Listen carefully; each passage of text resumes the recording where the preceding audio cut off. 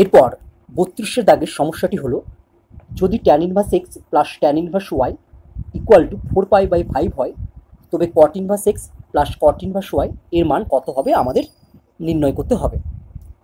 এই প্রশ্নের উত্তর করার জন্য যে যে সূত্র লাগবে সেগুলো আমরা প্রথমে জেনে নেব। প্রথমেই আমরা জানব tan inverse x plus cot inverse X equal to π/2। দেখবে এখানে কিন্তু উভয় ক্ষেত্রেই এক্স আছে, অর্থাৎ tan inverse x plus cot inverse X equal to π/2। এখান থেকে দেখো আমরা লিখতে পারবো implies tan inverse X equal to π/2 minus cot inverse X. 2 number ফর্মুলায় আমরা জানবো tan inverse Y plus cot inverse Y equal to π/2। দেখো এখানে কিন্তু উভয় ক্ষেত্রে কি আছে, ওয়াই আছে, তাহলে এখান থেকে আমরা লিখতে পারবো tan inverse Y equal to π/2 minus cot inverse Y. চলো আমরা এবার এই প্রশ্নের উত্তর পড়ে ফেলি। আমাদের দেওয়া আছে কি না, দেওয়া আছে হচ্ছে tan inverse x plus tan inverse Y equal to হচ্ছে 4π/5। আমাদের নির্ণয় করতে বলেছে cot inverse x plus cot inverse Y এর মান।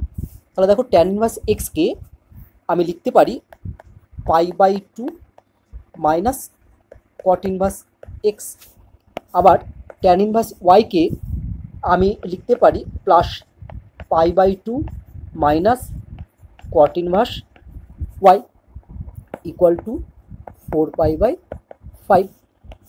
দিস ইমপ্লাইজ, এবার দেখো এই π/2 এই π/2 যোগ করলে কত হয়, 90 ডিগ্রি আর 90 ডিগ্রি যোগ করলে 180 ডিগ্রি হয়, মানে পাই হয়।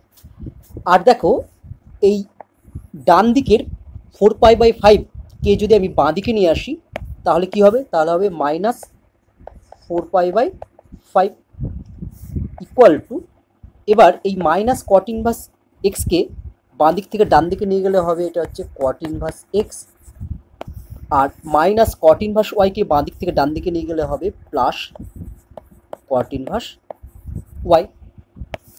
দিস ইমপ্লাইজ, এটাকে যদি আমরা বিয়োগ করি তাহলে দেখবে আমরা পাবো কত, নিচে হবে পাই, উপরে হবে 5π মাইনাস 4π মানে pi equal to cot inverse x plus cot inverse Y.